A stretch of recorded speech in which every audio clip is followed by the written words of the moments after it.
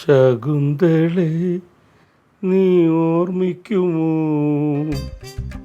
സ്വപ്നത്തിലെങ്കിലും ഈ ഗാനം. ആള് വേറെ മൂഡിലാണല്ലോ മാമ.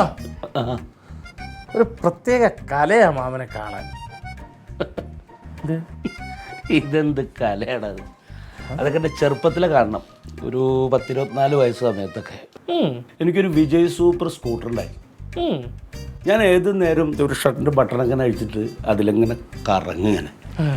അപ്പോൾ ആൾക്കാരൊക്കെ എന്നെ ഇങ്ങനെ നോക്കും. സ്കൂട്ടർ നോക്കിക്കോ. സ്കൂട്ടറല്ലടാ എന്നെ നോക്കുന്നത്.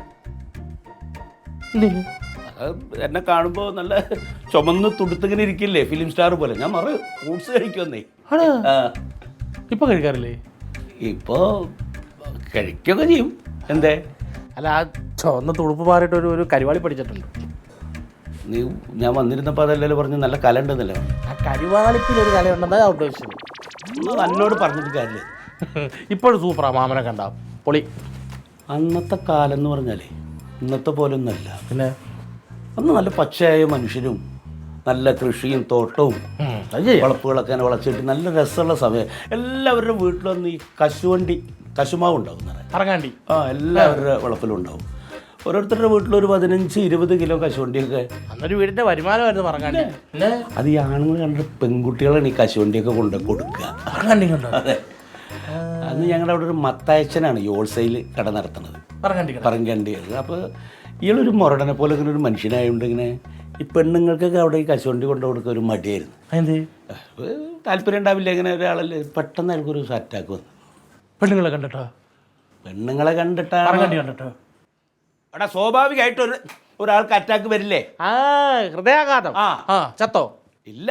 അങ്ങനെ പിന്നെ അയാൾ റെസ്റ്റിലായ സമയത്ത് എന്നായിട്ടുള്ളൊരു സൗഹൃദം വെച്ചിട്ട് ഒരു മാസത്തോളം എന്നോട് ആ കടയിൽ നിൽക്കാൻ പറഞ്ഞ്. എന്തിന്?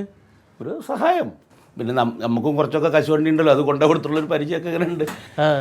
പിന്നെ ഞാൻ അവിടെ പോയി നിന്നതിൻ്റെ ശേഷം ഞാൻ പറഞ്ഞല്ലോ എന്നെ കണ്ടു കഴിഞ്ഞൊരു കല പെൺകുട്ടികളൊക്കെ വരാൻ തുടങ്ങി.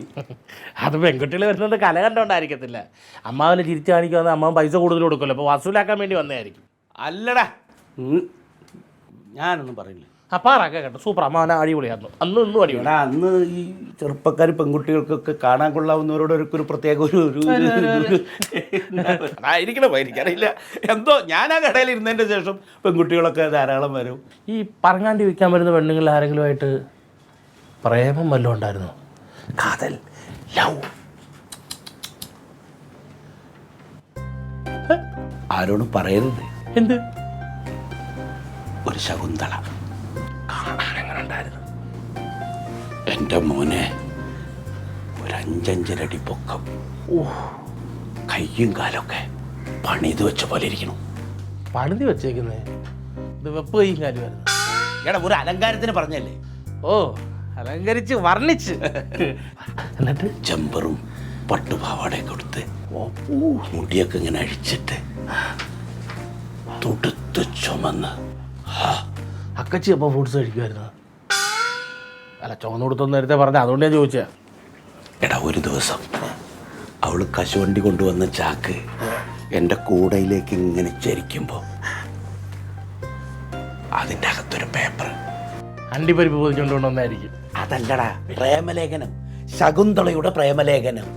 കർത്താവേ, പ്രേമലേഖനം. അതിനകത്ത് എന്ത് വരുന്ന എഴുതിയിരുന്നല്ലേ? പ്രേമലേഖനോ? അതെന്തുവാ? അല്ല, അപ്പൊ അത് ഈ മറ്റേ ദുഷ്യന്തൻ പ്രേമലേഖനം കൊടുത്ത കഥ. ഏത് കഥ? ഏത് ദുഷ്യന്തൻ? ഈ ദുഷ്യന്തൻ ശകുന്തളയ്ക്ക് പ്രേമലേഖനം കൊടുക്കുമ്പോഴാണല്ലോ തോഴിമാരായ രംഭയും മേനകയും അടുത്തുണ്ടായിരുന്നത്, അല്ലേ?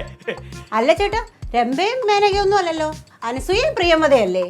അയ്യോ, അതാണ്. മറ്റത് ഭീഷ്മാചാര്യരുടെ കഥയല്ല. അതെ. ഏത് ഭീഷ്മൻ, ഏത് ദുഷ്യന്തൻ? മത്തായ ചേട്ടൻ പറങ്ങാണ്ടി കൊണ്ടുവന്ന് ശകുന്തള വെള്ള പേപ്പറിനകത്ത് എഴുതി തന്ന പ്രേമലേഖനത്തിൽ എവിടെ വരുന്നു താമരപ്പൂ? എന്റെ ചൂടാറ്റിട്ട് വാ. ഒരു ചായ കൊണ്ടുവരുമ്പോ ചൂടാറ്റി കൊണ്ടുവരാൻ അറിയില്ല അവൾക്ക്. ചൂടില്ലല്ലോ. ചൂടാറ്റി മനുഷ്യന്റെ ജീവിതങ്ങളെ വേണ്ടി ഇറങ്ങിക്കണം. അവള് കേട്ട് കഴിഞ്ഞാൽ കുടുംബം കലങ്ങൂലേ? ഏതൊരു ഭാര്യമാരും ഭർത്താവിന് ഒരു പ്രേമുണ്ടെന്ന് അറിഞ്ഞു കഴിഞ്ഞാൽ കുടുംബത്തിൽ സമാധാനം ഉണ്ടാവോ? കഴുതേ, അന്നോട് ഇതൊക്കെ പറയാമെന്ന് എന്നെ വേണം പറയാൻ.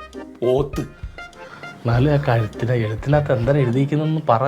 അണ്ടി, കശുവണ്ടിന്ന്